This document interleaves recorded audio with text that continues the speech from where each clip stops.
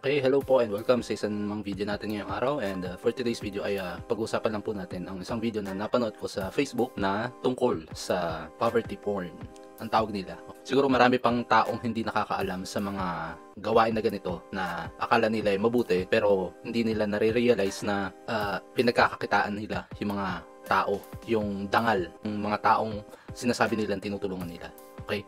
Pero bandang huli, sino ba talaga yung tinutulungan? Ang tinutulungan talaga ay yung nagvi-video. And etong mga videong ganito ay pinagkakakitaan ng mga vloggers na katulad ng lalong-lalo na yung mga foreigners na pumupunta sa Pilipinas tapos mag-video sila na akala natin na tinutulungan yung mga kapwa natin Pilipino na may hirap pero binivideo nila.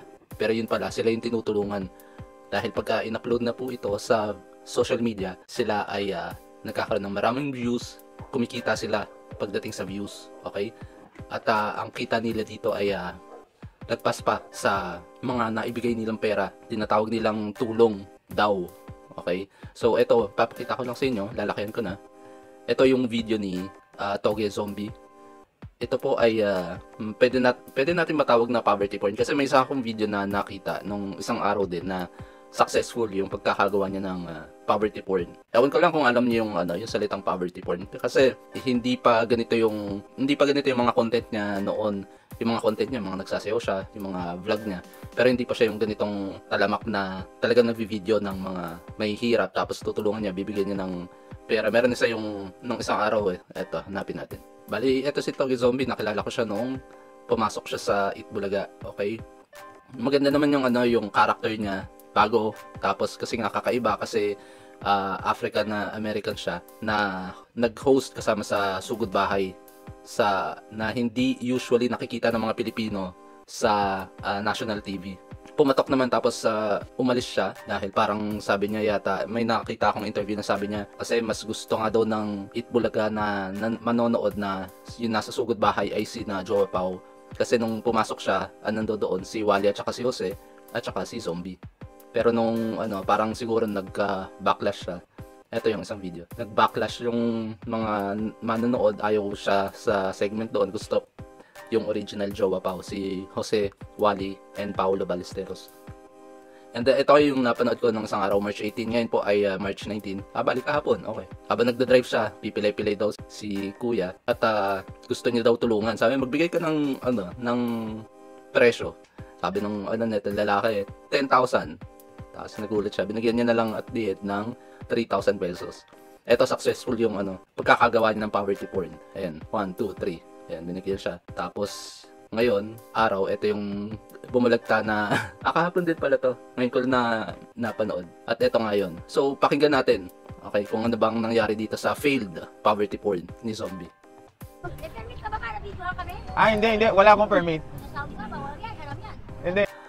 Sinasabi nila mamaya magbabasa tayo ng mga comment tungkol dito and may nabasa ako, sabi ng matanda na haram yan. Sinasabi nila na baka Muslim si ate at kaya ayaw siyang ma-videohan, medyo umiiwas siya sa mga ganitong bagay na binivideohan siya. Hindi.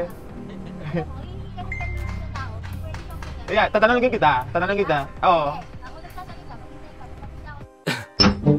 Ha? Ako nagsasalita, magantay ka, sabi niya. Talagang Permit ka ba para video kami? Hindi. Wala akong permit. Sabi ka, bawal yan, alam yan. Hindi. Hihingi ka ng permit sa tao, pwede kang pinag- Yeah, tatanungin kita. Yung ibang mga poverty porn na napapanood ko sa huli sila humihingi ng permiso sa tinutulungan daw nila. Pagka nagpa-poverty porn sila, sasabihin nila, nagbibideo po kami, pwede ko po ba kayong i-video? Doon na sila sa huli, nagpapaalam na kung pwede sila mag-video at i-public yung mga binivideohan nilang, na-videohan na nilang mga natulungan daw. Ito naman sa umpisa pa lang, yung iba naman poverty porn, sa umpisa pa lang sila nagpapaalam. Sasabihin nila, pwede po ba kayo makakunan? Tapos yun, pagka sinabing oo, doon na sila atake ng poverty porn. Tatanungin kita. Oo. Ako nagsasalita, maghintay ka. Sige. Gusto mo, pwede ba? Magtanong ka muna sa tao, kung pwede ba kunan namin kayo o videohan namin kayo. Kasi pag yan, bawal yan. Foul yan, bawal yan. Oo nga naman. Kahit nang sinasabi nila, nasa public places kayo. Kaya kahit sino pwede nyong kunan. Kung basta wala naman silang ginagawang masama, 'di ba? Kung katulad nito, binibidyohan niyo sila na kahit na nasa public places kayo, pero kung ipapakita nyo sa publiko na naghihirap sila o yung dangal nila bilang tao ay maaapakan dun sa video nila, eh foul nga naman yun. Okay, kahit na public places yan, dahil ipapakita mo na sobrang kaawa-awa yung kalagayan nila, di ba? Cybercrime yan. Sige, wait lang. Tatanungin kita, okay lang ba sa'yo video ako? Or Cybercrime siguro, naiisip ko, well, correct me if I'm wrong, cybercrime yan kasi pamamahiya yung sa internet. Kung sila binibidyohan mo na parang kalunos-lunos yung sitwasyon nila, eh nakakaya nga naman para sa kanila yung sitwasyon na ipapakita mo sa publiko, sa buong mundo via social media, yung kalagayan nila. hindi? Okay lang ba sa'yo mag-video ako or hindi? Hindi. Hindi. Gusto sana kita tulungan. Tulungan. Nung una, okay pa sa akin to si Zombie. Maganda yung content niya. Gusto ko rin siya dun sa mga segment nila sa So Goodbye. Pero ngayon na napanood ko to, wala na, baksak ka na sa akin.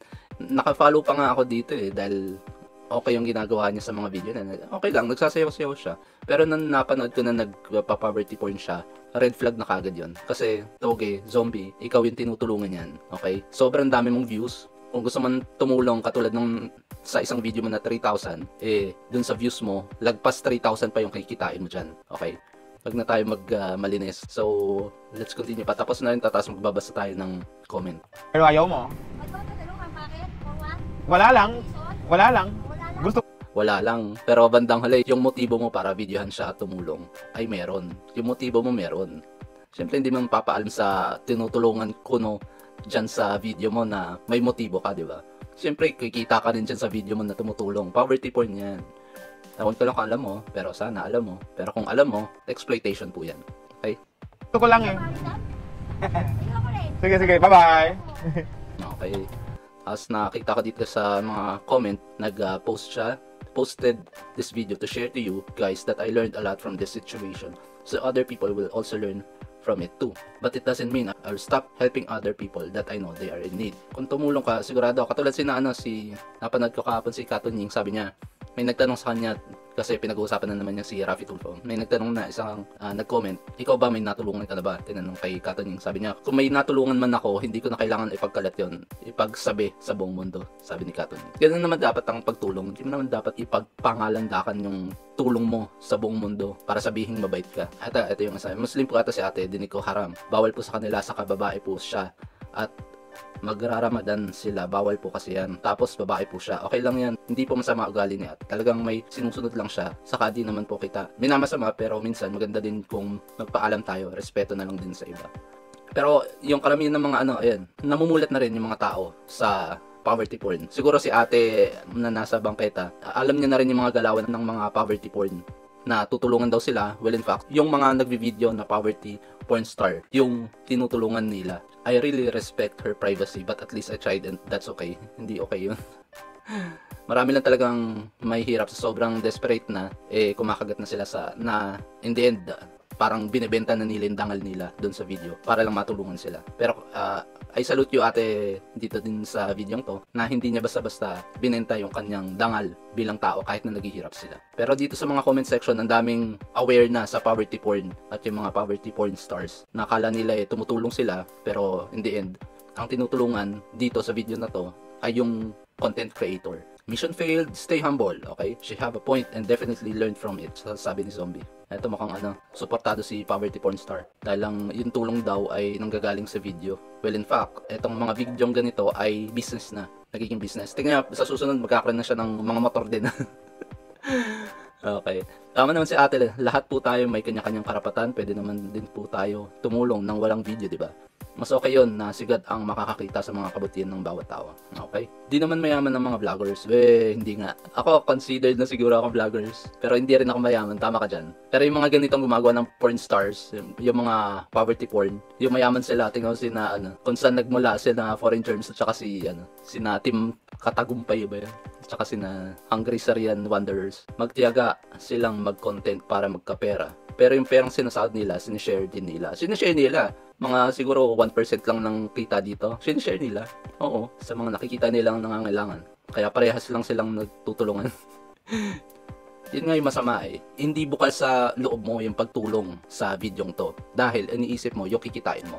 That's the truth. Hindi yung hindi mo iisipin, ipapakita mo sa video na bukal yung loob mo dahil para nakatulong ka. Well, in fact, yung nagmo-motivate sa'yo para gumawa ng mga videong ganito ay yung kumita ka. Well, she knew her rights, just respect her. She want a private life anyway. You can still help kahit walang video. Maraming taong tumutulong ng walang video. Well, she know the law, but she is preoccupied. We can't blame her. Sometimes, if we want to help, we don't need to show it up. But since this is the trend to catch people's attention to earn, at the same time, fingers are not in equal height. True, we learn from our mistake. Ay, nag-reply dito si Zombie.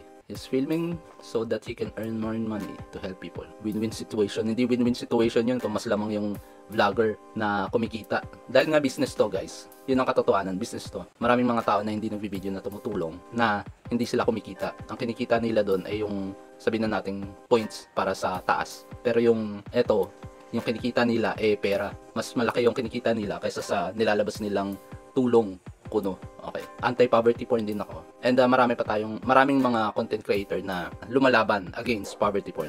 Dahil matagal na tong isyong to, yung poverty porn. 90s pa lang issue na to and hindi lumilipat-lipat lang. Dati nasa Africa sila. Pinapakita nila yung kalunos-lunos na sitwasyon ng mga African na bata. Tapos i-video nila, papakita nila, kailangan nila ng tulong. Ngayon, umalma na rin yung mga taga-Africa. Ngayon, dumadayo na rin sila sa ibang mga taga third world country. At dun sila naghahasik ng poverty porn. Na kanyari tutulungan nila at in the end, sila yung tinutulungan. Sila yung mayaman. So hanggang dito na lang po yung video natin ngayong araw and please paki-subscribe po ako and maraming salamat sa mga nanood nitong video natin ngayong araw and hanggang sa susunod. Ingat po tayo lahat. Ciao, ciao.